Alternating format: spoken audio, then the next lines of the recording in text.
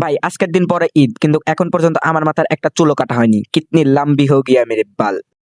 তো চুলগুলো বড় বড় হয়ে গেছে, এখন পর্যন্ত চুল কাটা হয়নি। এটার একটা রিজন আছে বা এটার একটা কারণ আছে।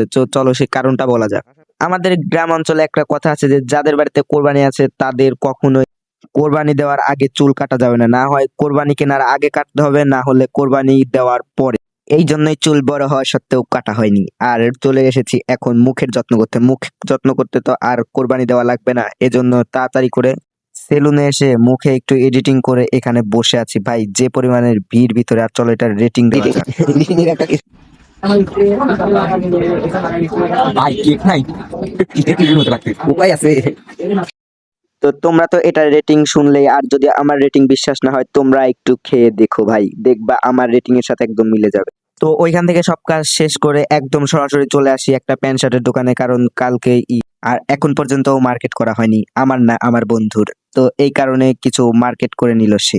মার্কেট করতে করতে অনেকটাই দেরি হয়ে যায়, এজন্য সরাসরি একদম বাড়ির দিকে রওনা দিয়ে দিই। আর ফেস মাস্ক লাগানোর পরে মনে হয় আমি একটু সুন্দর হয়ে গেছি বা ভালো লাগে। তোমরা যদি চ্যানেলটাকে সাবস্ক্রাইব করে দাও তাহলে আরো বেশি ভালো লাগবে।